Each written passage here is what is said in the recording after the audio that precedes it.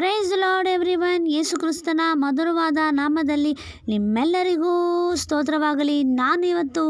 ನಾನು ಯೇಸಪ್ಪನ ಕೃಪೆಯಿಂದ ಚೆನ್ನಾಗಿದ್ದೀನಿ. ಹಾಗೆ ನೀವು ಸಹ ಚೆನ್ನಾಗಿದ್ದೀರಾ ಎಂದು ನಾನು ವಿಶ್ವಾಸಿಸ್ತೀನಿ. ಒಂದು ವೇಳೆ ಚೆನ್ನಾಗಿಲ್ಲದಿದ್ದರೆ ಯಾವ ದೊಡ್ಡ ಸಮಸ್ಯೆ ಇದ್ದರೂ ಯೇಸಪ್ಪನ ಮುಂದೆ ಲೇಸಾದ ಕಾರ್ಯ. ಯಾಕೆಂದರೆ ಯೇಸಪ್ಪ ಇಂದಿಗೂ ಜೀವಿಸ್ತಾ ಇದ್ದಾರೆ. ನಿಮ್ಮೆಲ್ಲರೊಂದಿಗೆ ಮಾತನಾಡಲು ಅವಕಾಶ ಕೊಟ್ಟಂಥ ಯೇಸಪ್ಪನಿಗೆ ಕೋಟಿ ಕೋಟಿ ಧನ್ಯವಾದಗಳನ್ನು ಅರ್ಪಿಸ್ತಾ ಇದ್ದೀನಿ.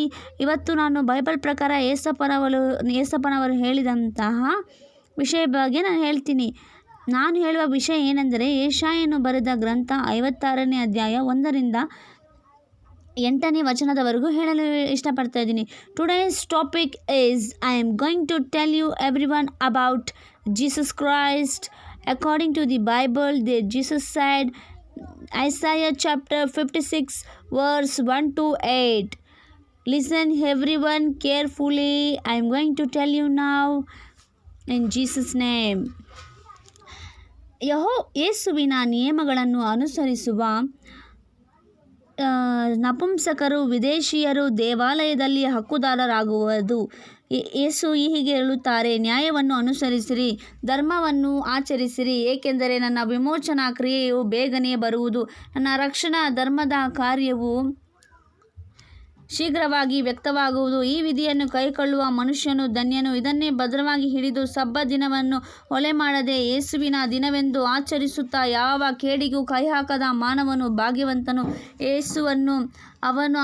ಯೇಸುವನ್ನು ಅವಲಂಬಿಸಿದ ವಿದೇಶಿಯನು ಯೇಸು ತನ್ನ ಜನರಿಂದ ನನ್ನನ್ನು ಖಂಡಿತವಾಗಿ ಅಗಲಿಸುವನು ಎಂದು ಮಾತಾಡದಿರಲಿ, ಮತ್ತು ನಪುಂಸಕನು ಅಯ್ಯೋ ನಾನು ಗೊಡ್ಡು ಮರ ಎಂದು ಅಂದುಕೊಳ್ಳದಿರಲಿ. ಯೇಸು ಹೀಗೆ ಹೇಳುತ್ತಾರೆ, ಸಬ್ಬತ್ ದಿನಗಳನ್ನು ನನ್ನ ದಿನಗಳೆಂದು ಆಚರಿಸಿ ನನಗೆ ಮೆಚ್ಚುಗೆಯಾದದ್ದನ್ನು ಕೈಕೊಂಡು ನನ್ನ ಒಡಂಬಡಿಕೆಯನ್ನು ಭದ್ರವಾಗಿ ಹಿಡಿದುಕೊಂಡಿರುವ ನಪುಂಸಕರಿಗೆ ನನ್ನ ಪ್ರಕಾರಗಳೊಳಗೆ ನನ್ನ ಆಲಯದಲ್ಲಿ ಅವರ ಜ್ಞಾಪಕಾರ್ಥವಾಗಿ ಶಿಲೆಯನ್ನು ಇಟ್ಟು ಹೆಣ್ಣು ಮಕ್ಕಳಿಗಿಂತ ಮೇಲಾದ ಹೆಸರುವಾಸಿಯನ್ನು ದಯಪಾಲಿಸುವೆನು. ಹೌದು, ಎಂದಿಗೂ ಅಳಿಯದ ಶಾಶ್ವತವಾದ ನಾಮವನ್ನು ಅನುಗ್ರಹಿಸುವೆನು. ಅನ್ಯ ದೇಶೀಯರಲ್ಲಿ ಯಾರು ಯೇಸುವೆಂಬ ನನ್ನನ್ನು ಅವಲಂಬಿಸಿ ಸೇವಿಸಿ ನನ್ನ ನಾಮವನ್ನು ಪ್ರೀತಿಸಿ ನನಗೆ ದಾಸರಾಗಿ ಸಬ್ಬತ್ ದಿನವನ್ನು ಹೊಲೆ ಮಾಡದೆ ನನ್ನ ದಿನವೆಂದು ಆಚರಿಸಿ ನನ್ನ ಒಡಂಬಡಿಕೆಯನ್ನು ಭದ್ರವಾಗಿ ಹಿಡಿಯುತ್ತಾರೋ ಅವರೆಲ್ಲರನ್ನು ನಾನು ನನ್ನ ಪವಿತ್ರ ಪರ್ವತಕ್ಕೆ ಬರಮಾಡಿ ನನ್ನ ಪ್ರಾರ್ಥನಾ ಆಲಯದಲ್ಲಿ ಉಲ್ಲಾಸಗೊಳಿಸುವೆನು. ನನ್ನ ಆ ಯಜ್ಞವೇದಿಯಲ್ಲಿ ಅವರು ಅರ್ಪಿಸುವ ಸರ್ವಾಂಗ ಹೋಮಗಳು ಯಜ್ಞಗಳು ನನಗೆ ಮೆಚ್ಚುಗೆಯಾಗುವುದು.